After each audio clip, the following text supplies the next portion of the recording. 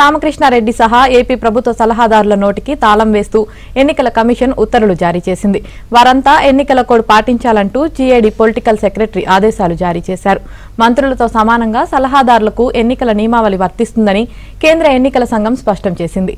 రాష్ట్ర ప్రధాన ఎన్నికల అధికారికి సమాచారం పంపించింది. వెంటనే సమాచారం అందుకున్న రాష్ట్ర ప్రధాన అధికారి సలహాదారులకు సమాచారాన్ని చేరవేయాలని పొలిటికల్ సెక్రటరీకి ఆదేశాలు జారీ చేశారు. ఈ దెబ్బతో నిన్నటి వరకు ఎలక్షన్ నియమావళితో సంబంధం లేకుండా మాట్లాడిన సలహాదారుల నోటికి కళ్లెం వేసినట్లు అయింది.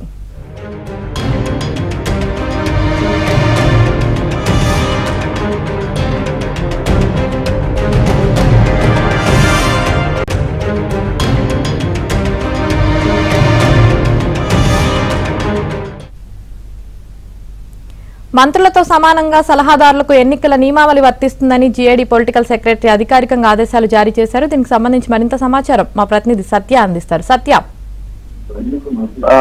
ఎవరైతే సలహాదారులు ఉన్నారో ప్రభుత్వంలో సుమారు 40 మంది, వీరందరికీ కూడా ఎన్నికల ప్రవర్తన నియమావళి వర్తిస్తుందని 2 రోజులకు ముందే కేంద్ర ఎన్నికల సంఘం స్పష్టం చేసింది. అయితే దీనికి సంబంధించి రాష్ట్ర ప్రభుత్వం నుంచి స్పష్టమైన ఆదేశాలు ఇవ్వాలని కూడా ఆదేశించడంతో దీనికి సంబంధించి జీఏడీ పొలిటికల్ సెక్రటరీ యువరాజ్ స్పష్టమైన ఆదేశాలు జారీ చేశారు. మొత్తం ఎన్నికల నియమావళి పూర్తి స్థాయిలో మంత్రులకు ఏ విధంగా అయితే వర్తిస్తుందో అదే విధంగా వీరికి కూడా ఎవరైతే సలహాదారులు ఉన్నారో వారందరికీ కూడా వర్తిస్తుందని స్పష్టం చేశారు.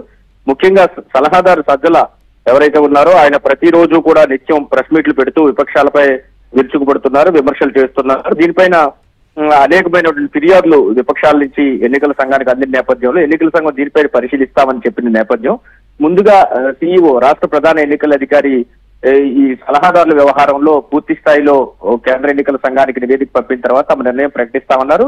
ముందస్తుగా వారికి కోడ్ వర్తిస్తుందా వర్తించదా అనే దాని మీద ఆయన కూడా సంశయం లేదు. అయితే కేంద్ర ఎన్నికల సంఘం ఈ సలహాదారులకు పూర్తి స్థాయిలో, ఎందుకంటే ప్రభుత్వం ఎక్సిక్కర్ నుంచి వారికి జీతాలు అందుతున్నాయి కాబట్టి వారు ఖచ్చితంగా ఏదైతే ఎన్నికల ప్రవర్తన నియమావళి పరిధిలోకి వస్తారు, వీరు నియమావళిని ఎట్టి పరిస్థితుల్లో అమలు విషయంలో వాళ్ళు కూడా తమ వంతు పాత్ర పోషించాల్సి ఉంటుందని కూడా స్పష్టం చేసిన పరిస్థితి అయితే ఉంది.